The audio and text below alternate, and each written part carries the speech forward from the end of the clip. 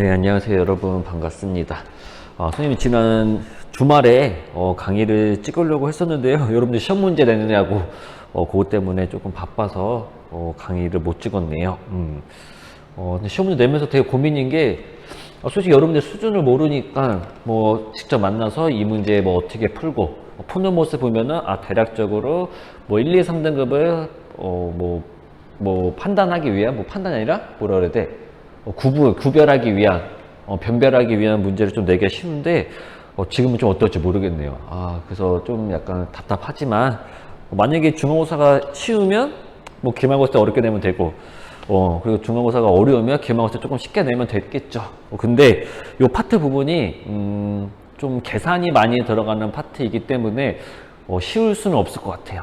그래서 여러분들이 좀 많은 문제를 풀어보고, 선생님이 올려준 중단원 평가 문제 꼭 풀어보셔야 합니다.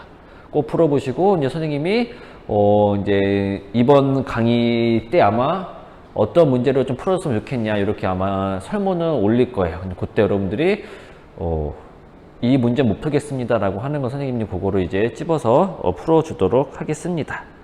일단은 지난 시간에 질문 받고 가도록 할게요. 첫 번째가 질량 퍼센트가 1이 1%인 토마토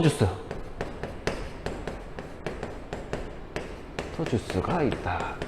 얼마? 200g이 있다. 200g 있다. 이때 장시간 방치했더니 주스의 질량이 절반으로 줄었다. 이때 토마토 주스의 질량 퍼센트는, 이 토마토 주스라는 거는 뭐랑 섞여 있는 거냐면요. 얘는 토마토랑 토마토 플러스 물이야, 물. 토마토 플러스 물입니다. 근데 뭐 모든 경우가 뭐 선생님도 뭐 완벽하게 과학에 대해서 전부 다 아는 게 아니기 때문에 완벽하다라고는 말할 수는 없지만, 일반적으로 여러분들이 고등학교 교육과정 안에서는 고체랑 액체랑 섞이게 되면은 액체가 용매가 됩니다. 고체는 용질이 된다고 보시면 돼요. 그래서 얘는 용질, 얘는 용매, 용매가 되고요. 그럼 여기서 이제 용매 둘이 합친 게 200g인데 얘는 이제 질량이 절반으로 줄었다. 질량이 절반으로 줄었다라는 말은 뭐가 되냐면요, 이 용매가 증발했다라는 게 됩니다. 용매가 증발했다라는 게 돼요. 이 용질의 질량은 변함이 없고 용매만 증발한 게 됩니다. 그럼 여기서 얘네들이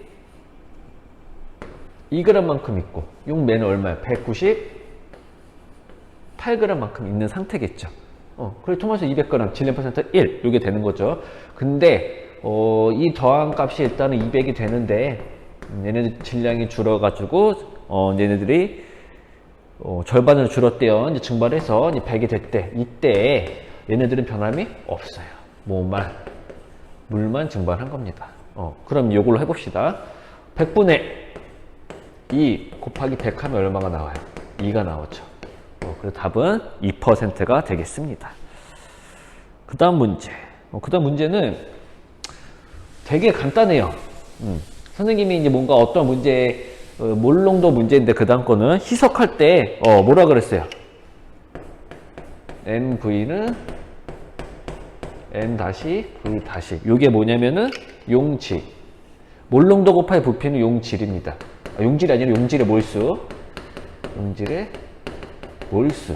우리가 어떠한 용액을 희석할 때에는 어떤 것만 추가해 준다라고 보시면 되냐면요, 물만 추가해 준다라는 거예요. 물만 추가해 준다라고 보시면 됩니다. 용질에는 변화가 없다. 그래서 농도랑 부피는 바뀔 수 있어도 그 안에 들어있는 용질의 몰수는 바뀌지 않는다. 그래서 이러한 식이 성립한다라고 이제 선생님이 설명을 했었죠.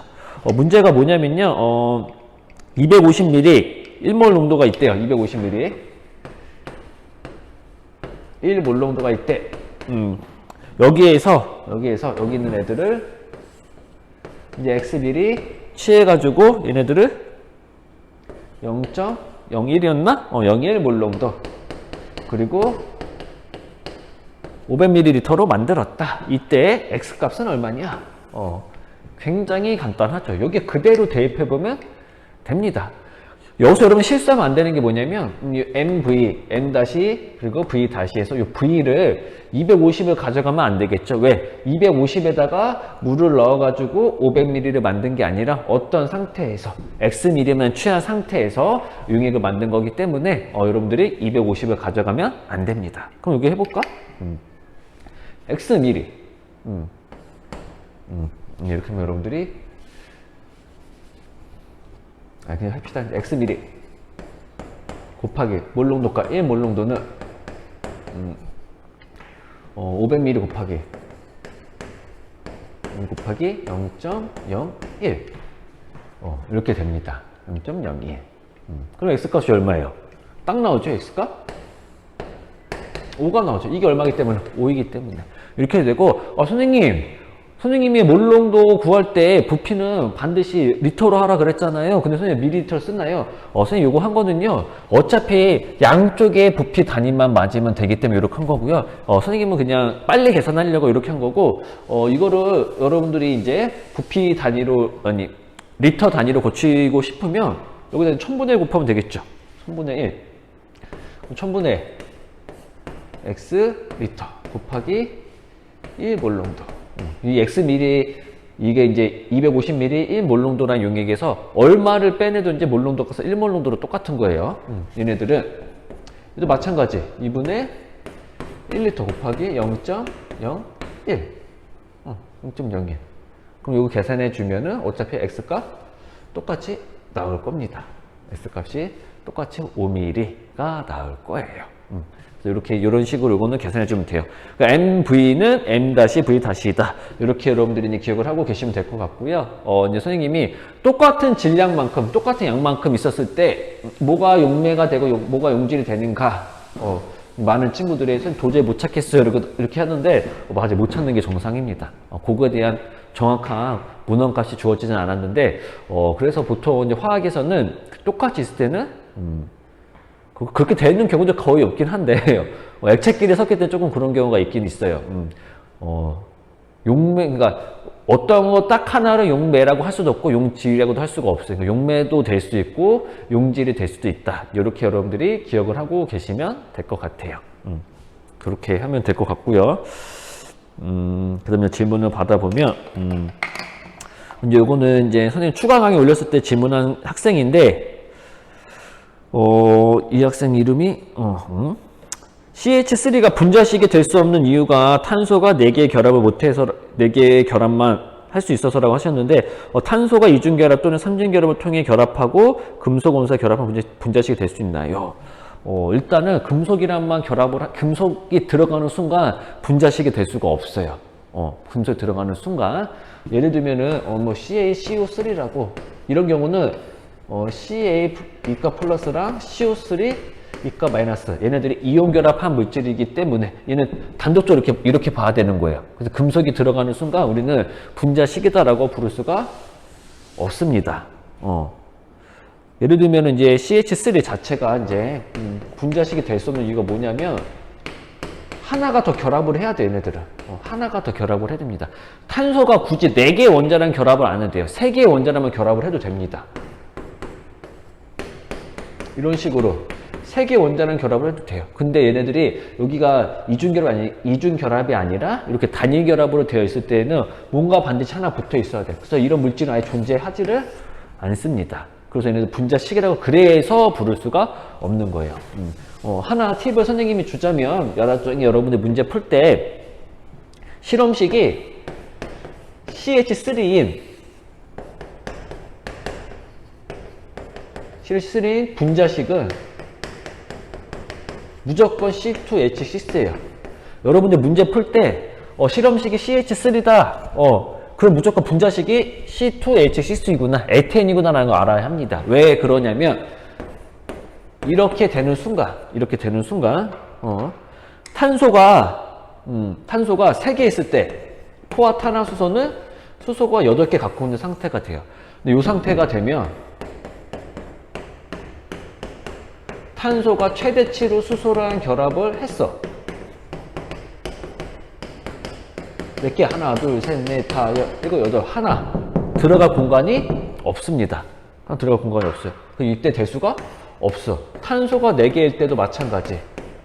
얘는 될 수가 없어요. 그래서 실험식이 CH3인 애들의 분자식은 무조건 요 놈이 되는 거고요. 실험식이 CH4인 애들은 분자식이 무조건 CH4가 됩니다. 마찬가지 같은 이유예요. C2H8이라는 애는 존재할 수가 없습니다. 탄소 2개가 최대치 수소를 가질 수 있는 경우는 6개예요. 6개. 6개예요. 그래서 요거 여러분들이 외워두시면요. 나중에 탄소화물에 관련된 문제 나올 때 조금 문제 푸는 속도가 빨라질 수가 있을 겁니다. 그럼 요 질문은 이제 여기까지 하도록 하고, 화학에서 퍼센트 농도 대신 몰 농도가 만들어지게 된 이유가 있나요? 요거는 우리 양적 관계 우리 배울 때 보면은 질량비가 화학 반응식에서는 성립이 안 되죠. 이 개수비가 모이기 때문에 몰수비이기 때문에 우리가 어떤 화학 반응식 보고서는 얘네들을 얼마만큼 넣어야 된다, 얼마만큼 농도를 넣어야 된다, 그걸 따질 때 질량 퍼센트 농도보다는 몰 농도로 하는 게 훨씬 더 계산하기가 편합니다. 왜? 개수비가 몰수비이기 때문에. 그리고 이거는 선생님이 대답을 했는지 아닌지 모르겠는데 어떤 친구가 몰수비랑 분자수비랑 똑같은 거 아닌가요? 맞아요. 몰수비랑 분자수비랑은 무조건 똑같을 수밖에 없습니다. 왜? 우리가 만약 계란이 한 판대 3판 있다 칩시다. 그럼 판수비는 1대 3이죠. 그럼 한 판에 몇 개야? 30개. 세 판에 90개야. 개수비가 30대 9, 90, 1대 3. 어차피 똑같습니다. 어차피 묶음으로 하나, 같은 묶음으로 하게 되면, 어차피 묶음 단위만 똑같게 쓰게 되면, 그 묶음 단위 비가 그 개수비랑 똑같게 나올 거기 때문에, 이 몰수비랑 분자수비랑은 항상 똑같아요. 그거 이제, 그렇게 이제 기억을 하고 계시면 되겠고요. 그 다음에,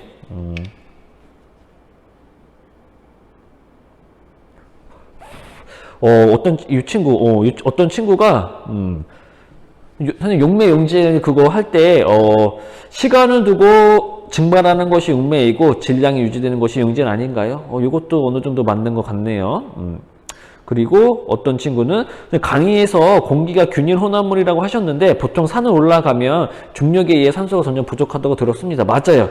이렇게 수직 방향으로 농도 차이가 있어도 균일 혼합물인가요? 요거는, 중력의 차이 때문에 이게 이제 뭐라 그래야 되나? 중력 차이 때문에 그런 거고요. 이거 어떻게 설명해야 되냐? 중력 차이 때문에 이렇게 나타나는 거고, 산소도 부족하지만 거기 가면은 중력에 의해서 질소도 부족해지고 모든 기체들이 부족해집니다. 선생님 여기 있던지 간에 여기 있어서 만약에 1층으로 내려가든지 간에 뭐 산으로 올라가 가지고 만약에 백두산을 올라갔다 칩시다. 여기에서 있는 공기 조성 비율이랑 그 백두산에 있는 공기 조성 비율이랑 1층에 있는 공기 조성 비율이랑은 똑같아요. 그 비율은 똑같습니다. 그래서 이렇게 균일하게 섞여 있다라고 볼 수가 있어요. 당연히 중력 때문에 밑으로 내려오면 내려올수록 걔네들의 질량은 많아지겠죠. 질소 기체의 질량, 산소 기체의 질량, 이산화탄소 질량은 당연히 내려오면 많아지겠죠. 대신에 걔네들을 딱 봤었을 때 그 조성 비율은 똑같이 유지가 됩니다. 그래서 균일 혼합물이다라고 할 수가 있는 거예요.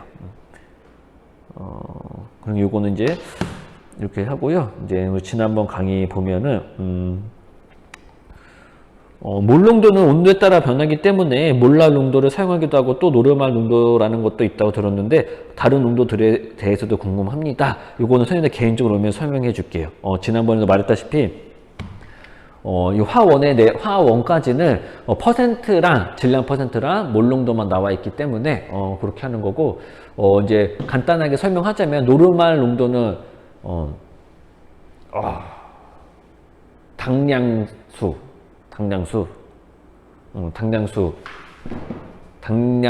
당량수라는 걸 이용하고요. 갑자기 기억이 안 나네. 몰랄 농도는 우리가 몰 농도는 부피를 가지고 했잖아요. 몰랄 농도는 저걸 가지고 합니다. 질량을 가지고 하는 거예요. 그 차이고 더 자세한 건 화투에 가서 선생님이랑 같이 배우도록 하고요. 당량수 갑자기 기억이 안 나네. 당량수. 당량수 가지고 하는 게 노르말 농도예요. 노르말 농도. 당량값이라고 해야 되나? 그거는 노르말 농도 화투에도 나오지도 않아요. 그 유치원 때 선생님이 오랜만에 노르말 농도라는 말을 좀 들어보네요. 그 선생님 좀 미안한 게, 선생님 산수를 되게 못해. 그래서 자꾸만, 1대, 3대 2면은 2대, 6대, 4가 되는데 자꾸 1대, 6대, 4 이렇게 하고서는 산수가 틀려서 좀 듣는데 혼란스럽다는 친구가 있는데, 정말 미안합니다. 앞으로 선생님이 신경 써가지고 한 분들 계속해서 보도록 할게요. 그런 친구들 좀 많이 있더라고요. 선생님이 열심히 수업해 주셔서 감사한데 산수가 자꾸 좀 틀려서 이게 좀 자기가 좀 잘못 생각하고 있는 게 아닌가 조금 많이 혼란스럽습니다라고 하는데 미안합니다. 그리고 동영상 찍을 때 정지 버튼 말고 이렇게 생긴 버튼이 있다라고 하는데 이 아이폰에도 있나? 아이폰에도? 봤을 때 없던데. 없고. 그리고 몰농도랑 퍼센트 농도 서로 변하는 거 하나만 예로 들어주세요. 이거는 선생님이 나중에 해주도록 할게요. 이거는. 그리고 또 어떤 친구는 몰농도는 그러면 온도에 영향을 받나요? 여러분들이 이 친구도 이런 질문을 하는 친구들은 선행을 했거나 이미 좀 화학원을 배우고 온 친구 같은데, 우리 몰농도를 보면 용액의 부피분해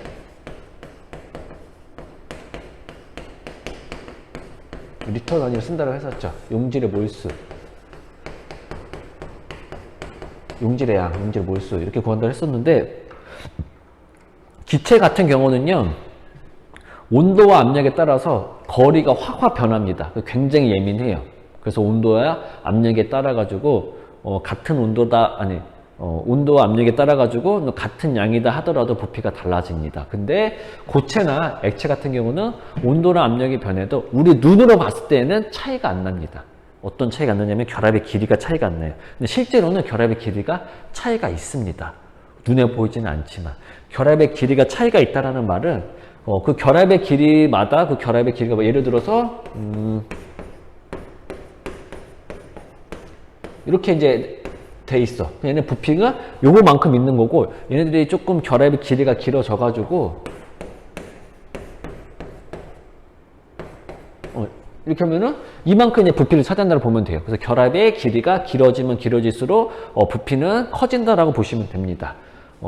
근데 우리 눈에는 보이진 않지만 정밀한 측정 기구로 측정을 하게 되면 온도가 바뀌게 되면, 온도가 올라가게 되면은 결합의 길이가 길어져서 어떤 애들이 여기 용액에서 결합의 길이가 길어지게 돼 가지고 뭐가 되냐면요 부피가 증가를 하게 됩니다. 그래서 몰농도 같은 경우는 온도의 영향을 받아요.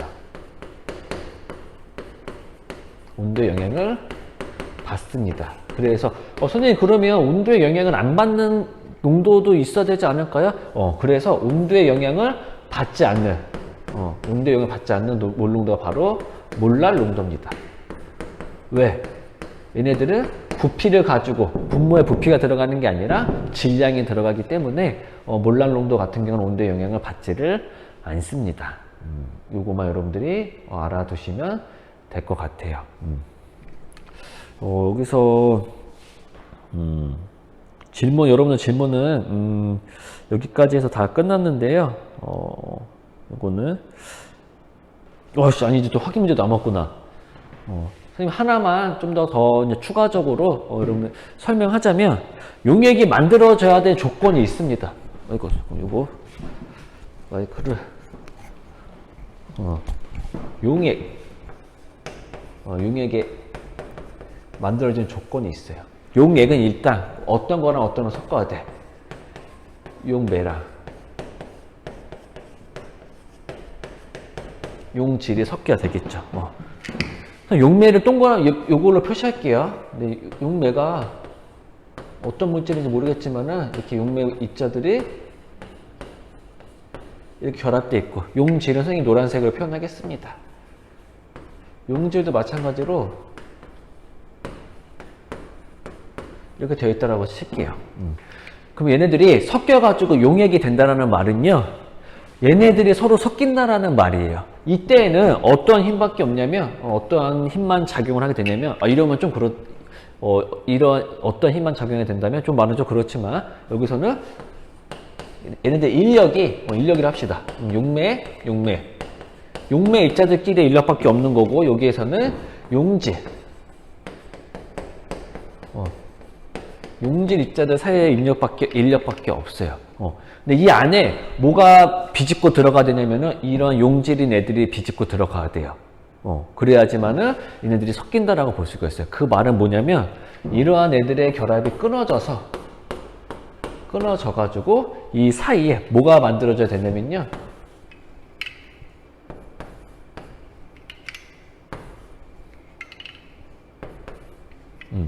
이런 결합이 만들어져야 돼요. 이건 뭐냐면은 새롭게 생긴 용질. 그래서 용액이 되기 위한 조건은 이 용매랑 용질의 인력이 이 두 개보다 커야 합니다. 이 결합하려고 하는 이 힘의 세기가 그래야지만은 얘네 둘이 섞일 수가 있어요. 만약에 우리 어떤 용액을 만들려고 하는데 그 용매랑 용질의 인력이 용매끼리의 인력이랑 용질끼리의 인력보다 작다라고 하면 섞이지를 않습니다. 섞이지 않아요. 그럼 우리는 뭐라고 부를 수가 없는 거냐면 용액이다라고 부를 수가 없습니다. 이렇게 돼서 나타나는 게 또 증기압력 그리고 뭐 끓는 점 이런 게 나타나요. 그런 차이가 나타납니다. 그래서 용액이 되면서 뭐 끓는 점이 변하게 되는데 꽤 높아지고 그런 게 되는데 그거에 대해서는 화투에 가면은 이제 용액 파트 부분에서 조금 더 자세하게 배울 수가 있습니다. 그래서 그때 하도록 하고요. 그 파트 부분에 대한 계산은 되게 어려워요. 계산이 되게 복잡합니다. 지금 화원도 복잡한데 되게 복잡해요. 그래서 거기에는 선생님 풀면서 이거는 화학을 잘하는 학생들을 하려고 하는 건지 산수를 잘하려고 하는 학생을 뽑는 건지 모를 정도로 되게 수학적인 게 많이 들어갑니다. 선생님이 깜짝 놀랐어요. 선생님은 처음에 교직생을 하면서 문제 딱 봤는데 선생님 뭐 대학교 때 배웠던 거예요. 일반화. 지금 화원, 화투가 거의 선생님 때 대학교 1학년 때 배웠었던 일반화보다 더 어려운 거야. 그래서 와 애들 화학 선택 되게 안 하겠구나 했는데 진짜 안 하더라고요. 어려워서. 근데 선생님 누누이 말하지만 여러분 정말로 열심히 한다고 하면 등급받기 제일 쉬운 게 화학이에요. 솔직히 외울 게 좀 많은 생명과학이나 예를 들어보면 생명과학은 이거 설명했었나? 말을 했었나? 그냥 외울 게 80이야. 근데 응용해서 문제를 낼 때 100만큼 낼 수가 있어. 근데 화학은 진짜 정말로 솔직히 말을 하면 배울 게 한 30밖에 안 돼요. 근데 여기서 100만큼 응용해서 내야 돼.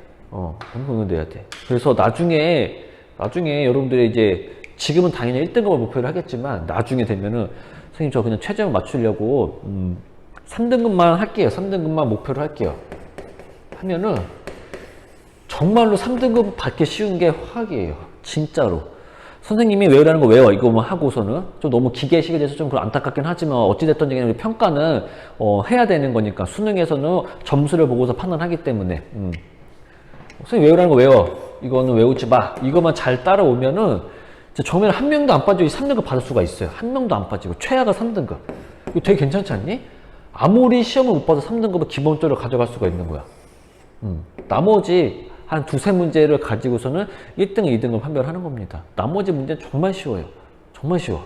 나중에 기회가 되면 우리가 화원을 다 배우고 한번 수능 문제 나왔었던 거 선생님과 같이 한번 풀어보면은 어려운 건 어렵죠. 어려운 건 어렵죠. 한 문제 푸는데 한 문제를 설명하는데 한 문제 설명하는데 25분, 20분 걸리는 문제도 있는데 나머지는 그냥 5초 만에 풀 수 있는 문제들이 굉장히 많아요. 선생님이니까 5초 만에 푸는 거 아니에요? 절대 아니에요. 다 이게 유형이 다 있어요. 수능에서 이쪽 파트 부분에서 이렇게 나온다는 유형이 있어요. 그거를 여러분 잘 캐치해서 그거에 맞춰서 공부하면 돼요. 지금은 내신 공부하느라고 내신 공부할 때는 당연히 다 해야 되겠지만은 여러분들이 나중에 이제 수능 준비할 때는 선생님이 하라는 것만 하면은 못해도 3등급 받아요. 못해도. 선생님 왜 1등급을 받을 수 있다는 말 못해요? 그거는 여러분들의 조금 능력에 따라 바뀔 수가 있어요. 산수적인 능력. 그래서 그러면 선생님이 1등급을 무조건 맡겨주겠다라고 말은 못하지만 못해도 아무리 시험을 개망해도 3등급은 맡겨줄 수 있습니다. 아무리 못해도 그 자신 있어요. 여러분들이 잘 수업을 잘 따라온다는 가정하에 거기서 이제 선생님과 같이 고난도 문제 푸는 거 잘 따라오면은 당연히 1등급을 받는 거는 어려움 없이 선생님이 만들 수 있습니다. 그럼 우리 그때 확인 문제 한번 보고 넘어가도록 할게요. 선생님 교과서를 아직 못 받아서 선생님도 여기 PDF 파일로 태블릿으로 갖고 왔습니다. 확인 문제 12번이 우리 강의서 4번 문제였죠. 1몰에 탄산수소 나트륨 얘네들이 250ml 들어있대요. 250ml. 이때 얘네의 질량은 일단 몰수부터 구해보면 1몰롱도래. 1몰롱도래요. 부피가 얼마일 때? 250ml. 선생님 250 그대로 쓰면은 절대로 안 됩니다. 왜? 몰롱도에서 부피는 무슨 단위? 그렇죠. 리터 단위이기 때문에 0.65리터이기 때문에 그럼 몇 몰만큼 있으면 되는 거야? 0.25몰 만큼 있으면 되겠죠. 0.25몰만큼 있으면 되겠습니다. 그러면은 1몰로도 나오니까 그럼 여기서 우리 몰수 알아. 그 얘는 화학식량 얼마나 안 났네? 화학식량 구해볼까요? 나트륨 23이야. 46 더하기 12 더하기 여기 48 하면은 106이네. 106 그러면 얘는 화학식량은 다 더하면 106이 됩니다. 106이 돼요. 106 곱하기 얼마를 해주면 돼? 0.25몰. 우리 화학식량 곱하기 질량 화학식량 곱하기 몰수 한 게 뭐가 되냐면은 질량이 되죠. 질량. 얘네는 이제 4분의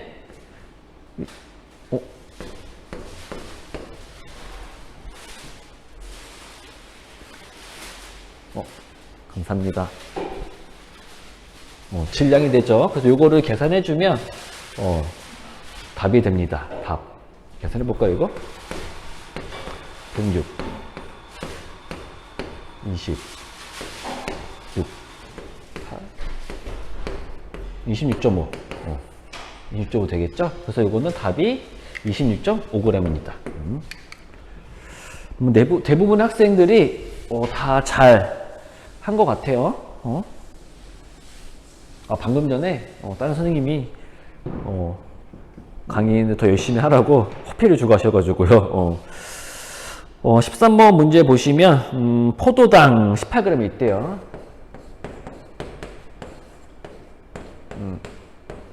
18g이 있대요. 여기 이제 0.2몰 농도. 포도당 수용액에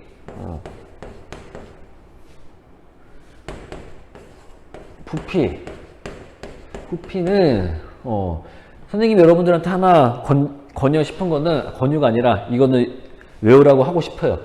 포도당의 화학식량 180입니다. 포도당 화학식량은 180이에요. 그럼 얘네들은 0.1몰이 되겠죠, 이제. 0.1몰. 왜? 몰수는 화학식량분의 질량이기 때문에 0.1몰이야. 그러면 0.2몰 농도가 됐어. 근데 0.1몰이야. 부피 X리터는 하면은 얼마예요, 이거? 얼마야?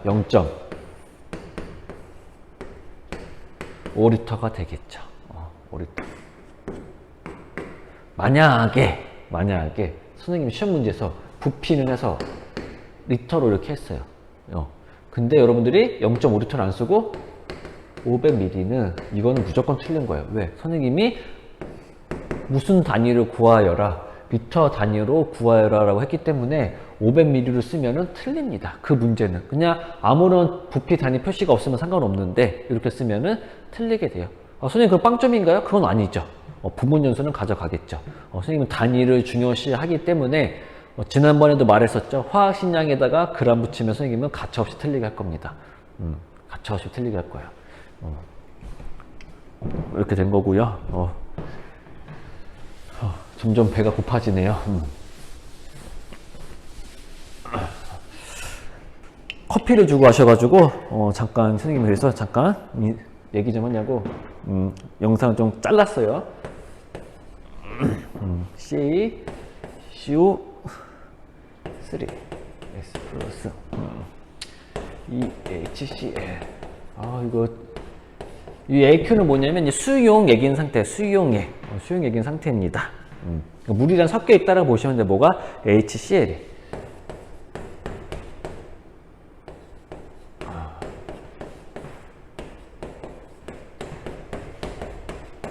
생각보다 질문 받아주는 것도 시간이 오래 걸리네요. 얘네들은 이온결합 물질이에요. 그래서 얘네들은 분자가 아니고 이거 이제 분자 식이다라고 부르지도 않습니다. 이거 잘 기억을 해두시고요.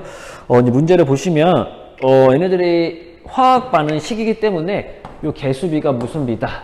몰수비다라는 거 여러분들이 기억해 두시고 몰수비다라는 거 기억해 두시고 1g의 탄산칼슘이 반응할 때 필요한 0.2 몰농도 몰농도의 HCl의 부피는 리터로 구하래요. 그럼 일단 얘네들 화학식량이 얼마래? 100으로 나와 있죠. 그럼 얘네들은 0.01몰이 되는 거고 개수비가 1대2이기 때문에 필요한 HCl의 몰수는 0.02몰이 됩니다. 다 나왔어. 몰농도 나오고 몰수 나왔어. 그럼 우리가 부피 구할 수가 있겠죠. 그럼 해볼까? 0.1 몰농도는 부피분의 부피 얼마인지 몰라. 여기 부피분의 0.02몰 농도. 그럼 부피 얼마가 된다는 소리야, 여기가. 0.2리터가 되겠죠. 그래서 답은 0.2리터가 됩니다. 뒤에 나와 있는 교과서 문제들은 여러분들이 한번 풀어보시고요. 교과서 없는 친구들은 선생님이 PDF 파일 올려놨어요. 그거 보시면 될 것 같아요. 이쪽 파트 부분은 선생님 올렸는지 안 올렸는지 모르겠는데 안 올렸으면 선생님이 이 강의 올리면서 올리도록 할게요. 그럼 이제 드디어 1단원이 끝났기 때문에 우리 이제 2단원이 원자의 세계로 들어가 보도록 합시다. 여기서는 중단원 보시면 원자의 구조보다는 어디가 많이 좀 어려울 거냐면은 원소의 주기적 성질, 여기가 많이 좀 까다롭습니다. 그나마 이기 중에서는 좀 까다로워요. 그래서 여기를 여러분들이 조금 잘 들어야 되는 거고요. 이제 구조 이거만 하고서는 밥 먹고 와서 다시 강의 이어나가야 될 것 같은데, 원자의 세계 대단히 원자의 세계 맞죠? 원자의 세계. 그리고 이제 우리 첫 번째로 우리는 오늘 원자의 구조에 대해서 우리가 배워볼 거예요. 요거는 그렇게 어렵지 않으니까는 여러분들이 잘 따라왔으면 좋겠습니다. 여기서 여러분들 흐름은 잘 따라가야 돼요. 그러니까 여기서 원자라는 애들의 구조에 대해서 배울 건데, 여기서 여러분들이 흐름을 따라와야 돼요. 흐름. 어떤 흐름이냐면은 발전 과정.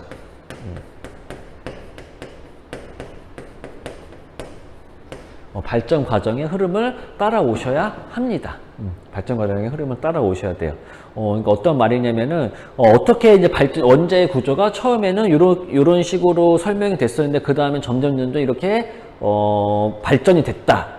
그러면서 각각 원자 구조에서 설명할 수 있는 게 어떤 걸 설명할 수가 있고 어떤 걸 설명 못 하는지, 그거까지 여러분들이 같이 기억을 하고 계셔야 됩니다. 그거까지 같이 기억을 하고 계셔야 돼요. 그러니까 흐름, 발전 과정. 이렇게 하면 여러분들이 보시면 될 것 같아요. 일단 봅시다. 처음에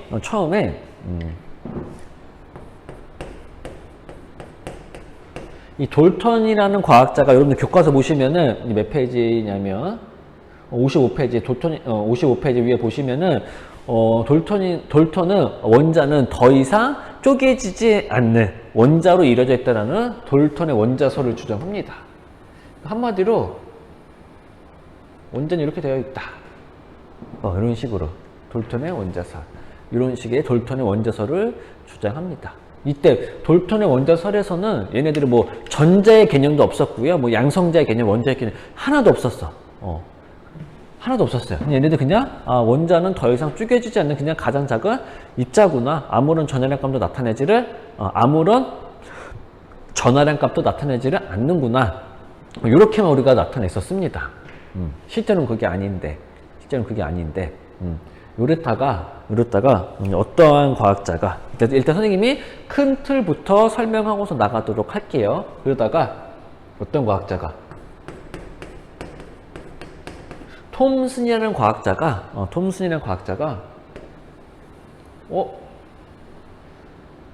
돌턴의 설명이 틀렸네? 돌턴은 원자는 더 이상 쪼개지지 않는 뭐 가장 작은 입자다, 쪼개지지 않는다라고 했었는데 얘네들은 쪼개졌는데? 하면서 그래서 마이너스를 띠는 어떤 입자가 있다 하면서 전체적으로 플러스를 띠는, 전체적으로는 플러스를 띠는 이 공에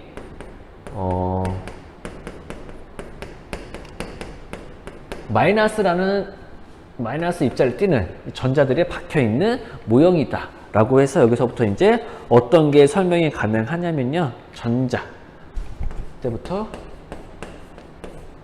전자가 이제 설명이 가능해졌습니다. 전자를 설명 가능했어요. 그러니까 전자를 최초로 발견한 과학자는 톰슨이다라고 보시면 돼요. 어떻게 발견했어요? 그 선생님이 이따가 이제 설명을 할게요. 그러다가 러더퍼드라는 과학자가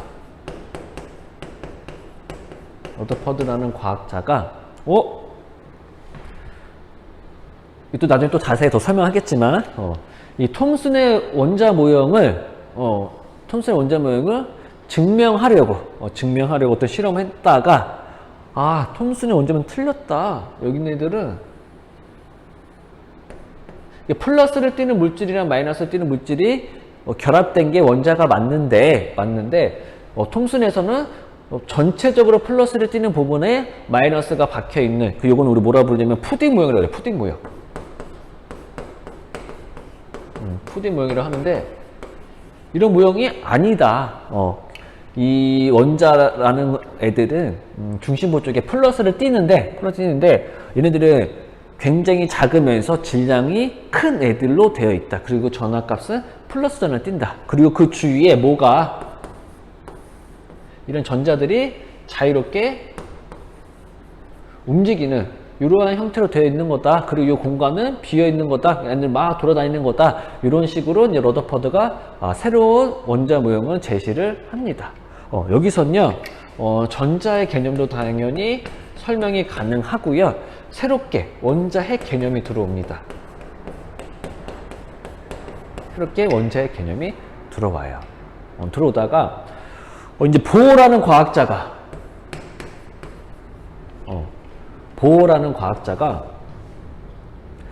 수소 원자의 스펙트럼을 하다가 이런 식으로 되어 있으면은 수소 원자의 스펙트럼에 대해서 설명을 할 수가 없어. 그래서 이때는 어떤 걸 주장하게 되냐면 지금 선생님이 보어의 원자 모형이랑 여러분들이 러더퍼드 원자 모형의 차이점 뭐냐면요, 이거 좀 제대로 그렸으면 좋았을 텐데.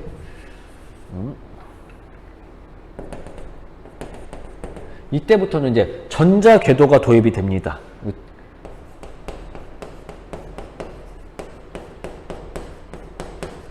전자궤도 도입, 전자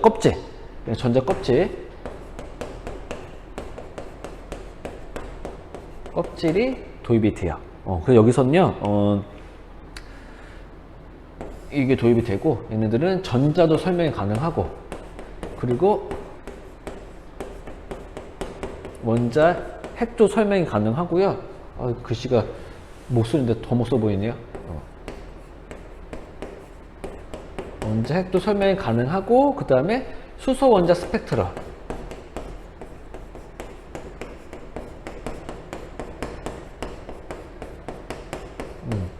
이 두 개가 뭐가 차이 나냐면, 이 전자들은 딱히 정해진 궤도가 없는 거고, 얘네들은 딱 정해진 궤도를 도는 거예요. 그리고 여기서 전자가 존재할 수 있는 확률은 여기는 없다.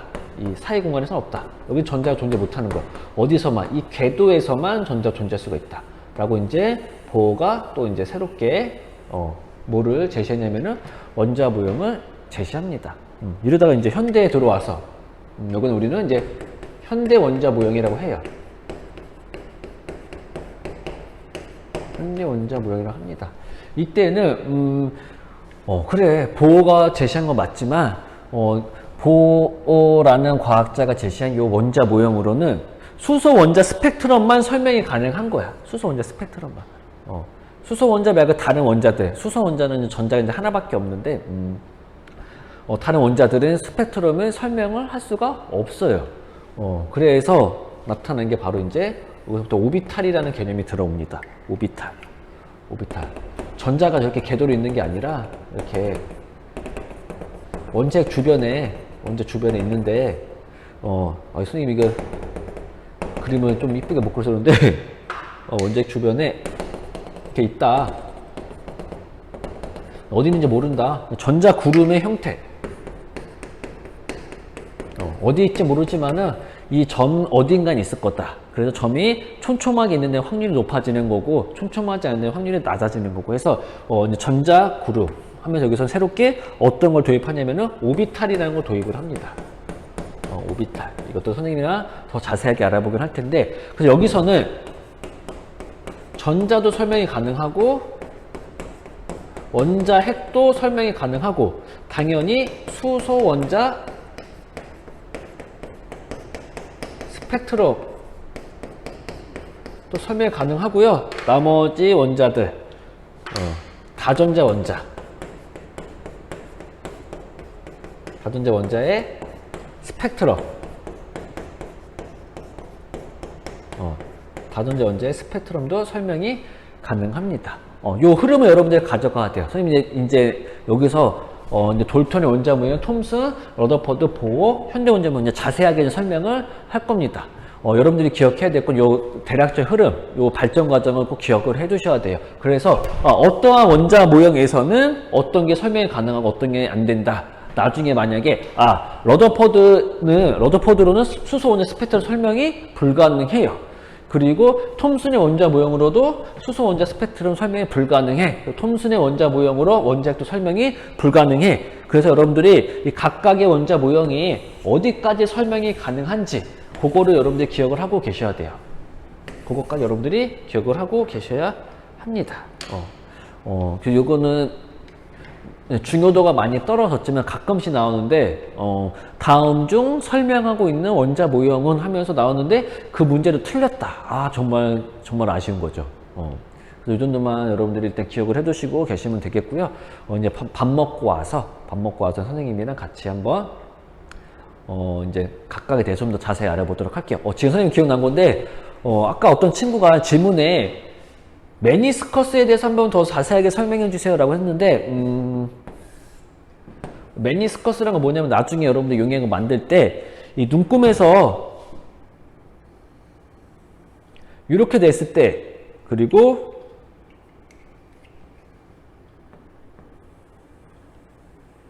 이렇게 됐을 때 노란색이랑 파란 선 있을 때 이때가 용액이 이 눈금선에 정확히 왔다라고 보는 게 아니라 이렇게 가장 오목한 부분이 왔을 때 이때가 뭐라고 볼 수가 있는 거냐면은 메니스커스에 맞췄다라고 볼 수가 있어요.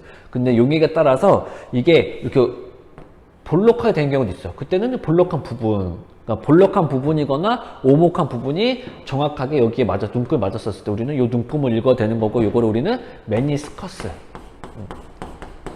메니스커스다라고 합니다. 메니스커스를 해요.